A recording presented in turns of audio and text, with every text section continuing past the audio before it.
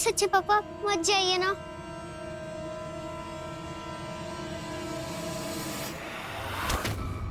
चांद, ये क्या कर रही हैं आप? चाहत, चाहत रुको। प्लीज सच्चे पापा मत जाइए।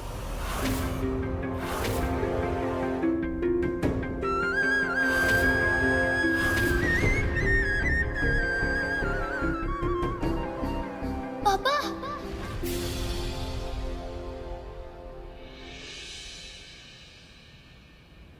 चाहत, चाहत। शांत।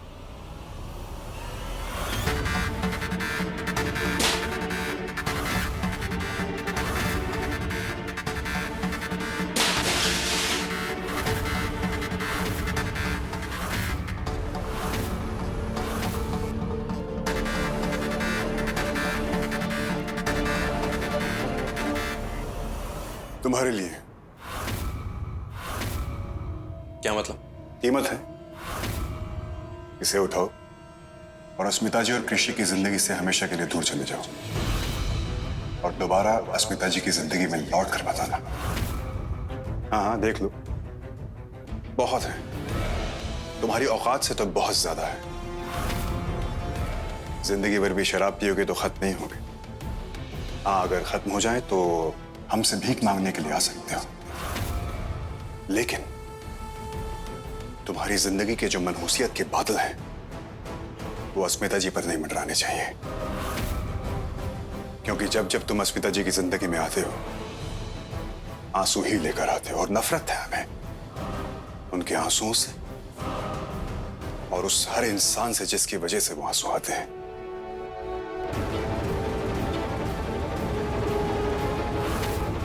बस इतना ही है क्या? इतनी ही कीमत है तुम्हारी नजरों में अस्मिता की? बड़ा ही सस्ता सौदा कर रहे हो यार। अपनी जबान को लगाम दो शान। थोड़ा डिफिकल्ट है, मेरी छोड़ो यार। अब तुम इन पैसों को क्या करोगे? मैं तुम्हारी मदद कर देता हूं। मैं हेल्प करता हूं, हेल्प करता हूं।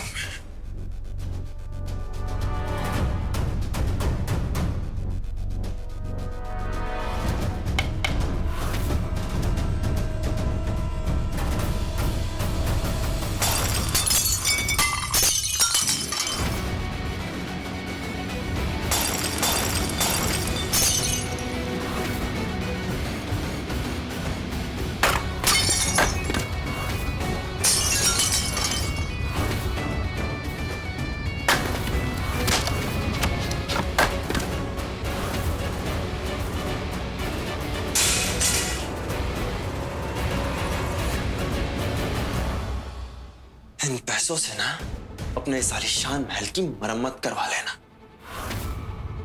और अगर काम पड़ जाएगा ना तो बिल मेरे पास भेज देना।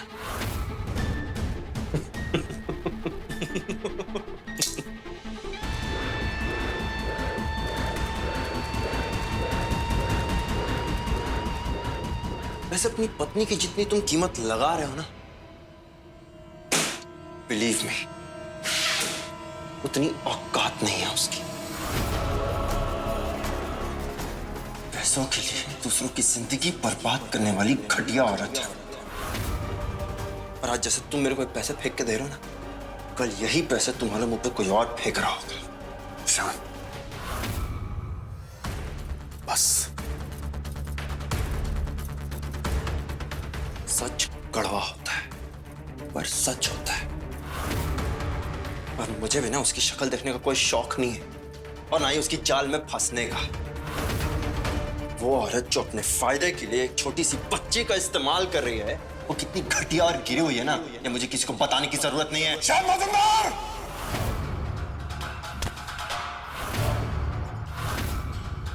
एक लफ्ज भी और अस्मिता जी के खिलाफ निकाला तो हम तुम्हें जान से मार देंगे। बहुत इज्जत करते हैं हम अस्मिता जी की, और तुम जैसा घटिया आदमी उनकी वैल्यू क्या जानेगा। दफा हो जाओ यहां से, वरना धक्के देके सिक्योरिटी से बाहर निकलवा दूंगा। ए शेखावत, उस घटिया औरत के लिए गलत आदमी से पंगा ले रहा है तू।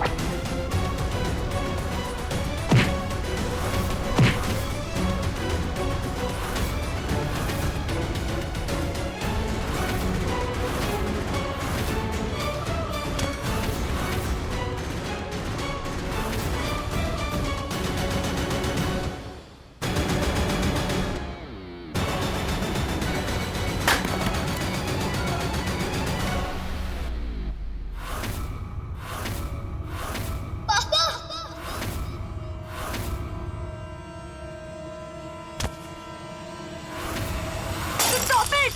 Please stop! Please stop it! मेरी बात सुनिए, प्लीज रुक जाइए आप लोग।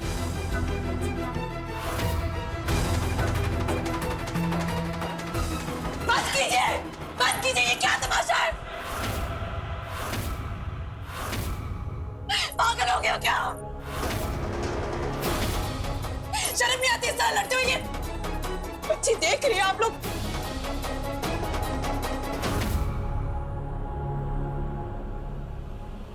हाँ तो समझा दो ना अपने नए पति को। उसे समझाओ कि शान मजूमदार कौन है। ओए, हमसे बात कर, हम बताएंगे हम कौन है। हाँ बताओ। सामने। साहब। चाहत। बेटे कहाँ थे आप?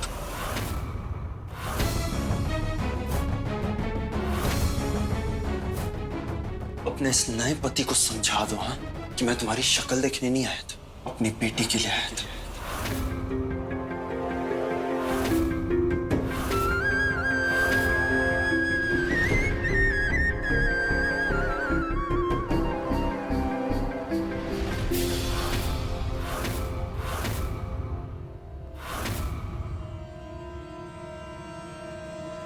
अपनी बेटी चाहत के लिए आया था।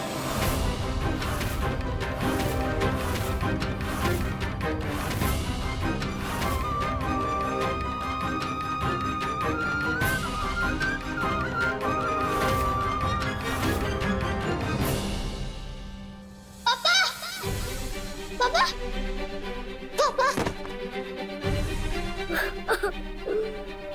पापा पापा कृषि मेरी बात सुनिए आप। संभालिए अपने आप को। वो कोई भी नहीं, उसके लिए अपने आंसू मत बहाओ। झूठ मत बोलना। मुझे पता है कि वो मेरे पापा हैं।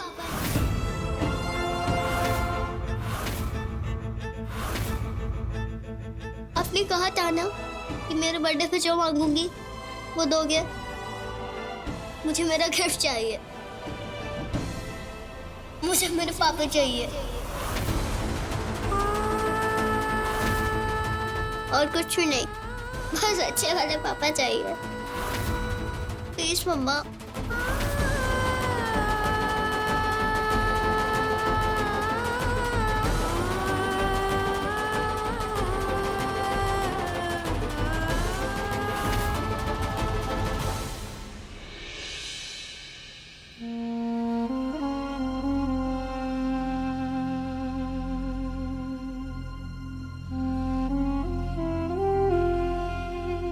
I love you, पापा।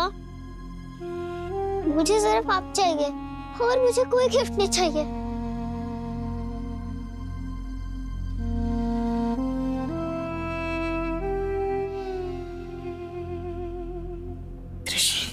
कुछ नहीं सुनना मुझे मेरे पापा चाहिए बस।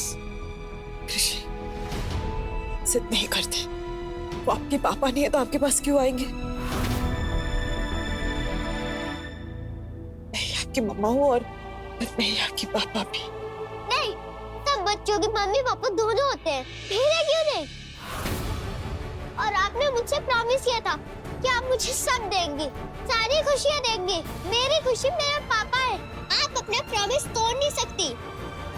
कृषि देखो, मेरी बात समझने की कोशिश करो। ऐसे जिद करना अच्छी बात नहीं होती है। अरे कृषि बेटा, आपसे किसने बोला कि आपके पापा नहीं हैं? हम हैं ना आपके पापा? नहीं, आप सिर्फ मेरे पापा, और मैं आपको किसी के साथ शेयर नहीं कर सकता। और मम्मी, आप सिर्फ मेरी हो।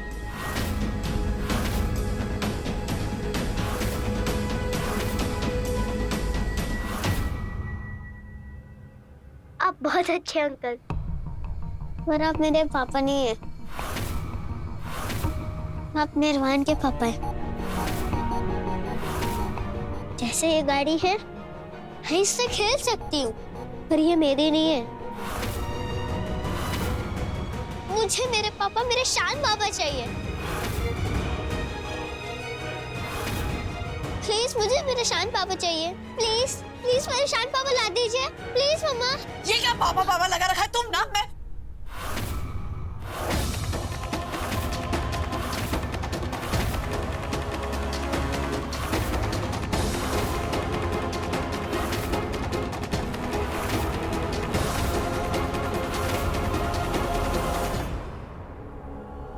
कृषि कृषि, कृषि मेरी बात।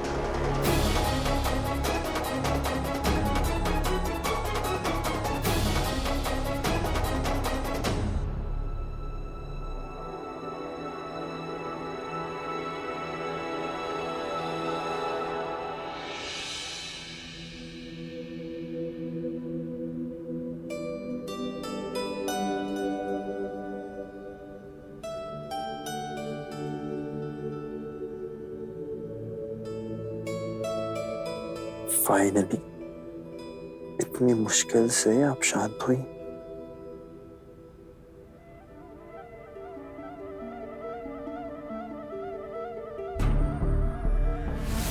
प्लीज सच्चे पापा मत जाइए ना।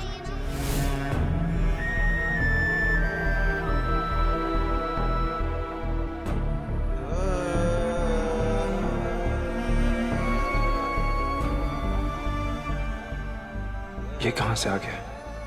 इसका और मेरा रिश्ता तो कब का टूट चुका है।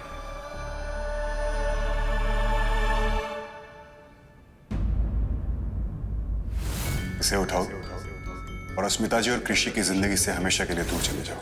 जब जब तुम अस्मिता जी की जिंदगी में आते हो, आंसू ही लेकर आते हो, और नफरत है हमें जिसकी वजह से वो आंसू आते हैं।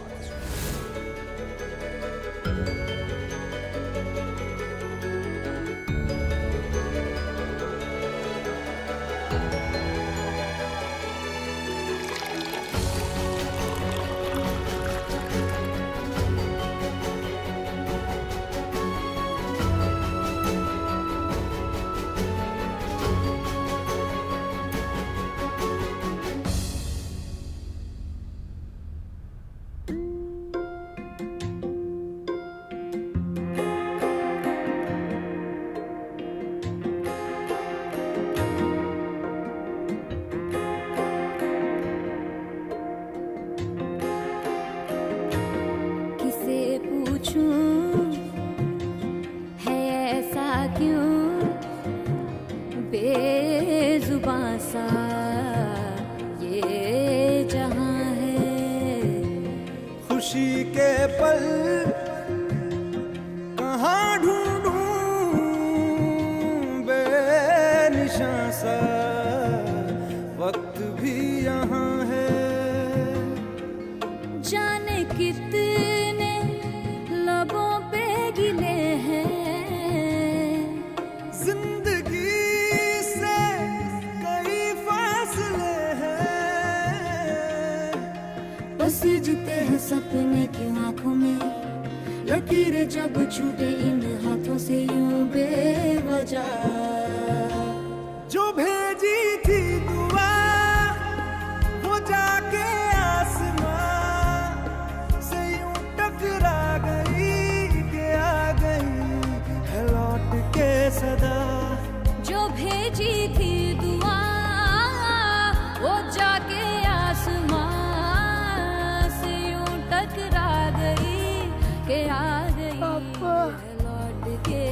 पापा, मुझे मेरे पापा दे दो प्लीज। मुझे मेरे पापा दे दो। I am so sorry. आप कहे तो मैं अपनी जान भी दे दूंगी, पर आपकी ये ख्वाहिश मैं पूरी नहीं कर सकती। सांसों ने कहा रुख मोड़ लिया, कोई राह नजर में न आए। धड़कन ने कहा दिल छोड़ दिया, कहाँ छोड़े इन जिस्मों में साए। यही बार बार सोचता हूँ तन्हा मैं यहाँ, मेरे साथ साथ चल रहा है यादों का धुआं। जो भेजी थी दुआ वो जाके आसमां से यूं टकरा गई कि आ गई है लौट के सदा। जो भेजी थी दुआ वो जाके आसमां से यूं टकरा गई कि आ गई है लौट के सदा।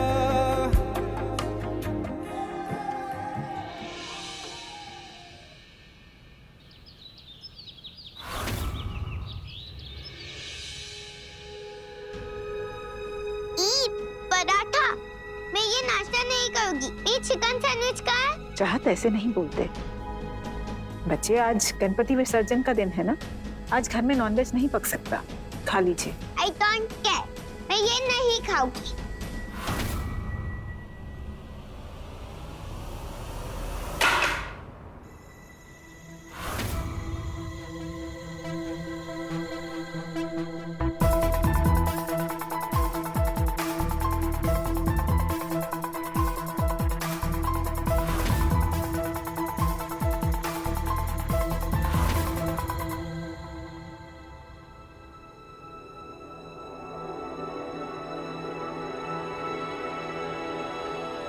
अरे बाप रे, इतना गुस्सा!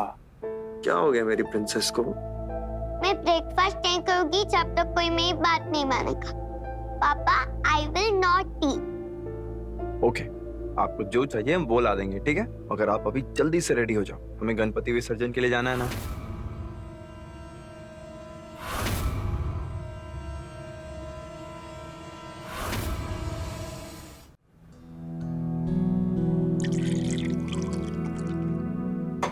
लो।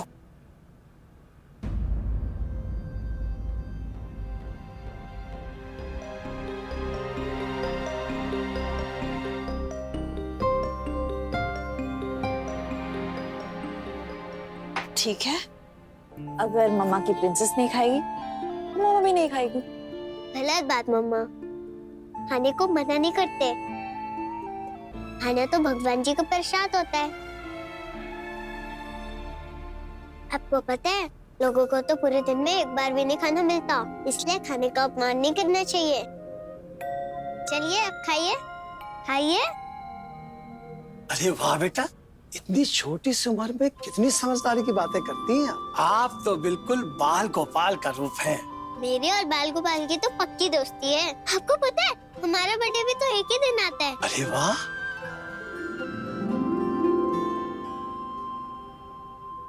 अरे मैडम, मुझे 2-3 घंटे की छुट्टी चाहिए, वो गणपति विसर्जन में जाना है ना। गणपति विसर्जन वो क्या होता है? अरे बेटा, लोग गणेश जी के 10 दिन के लिए अपने घर में स्थापना करते हैं और फिर 10वें दिन उनका विसर्जन होता है, अनंत चतुर्दशी के दिन। और वो आज है। आज के दिन फिर से गणेश जी अपने पापा भगवान शंकर के पास चले जाते हैं।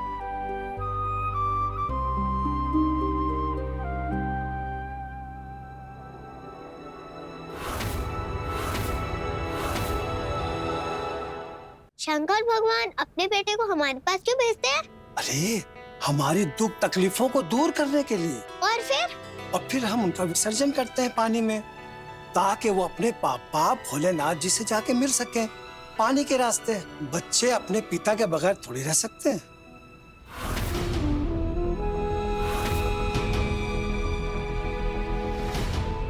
मुझे रास्ता दिखाने के लिए थैंक यू भगवान जी। मुझे समझ आ गया है कि अब मुझे क्या करना है।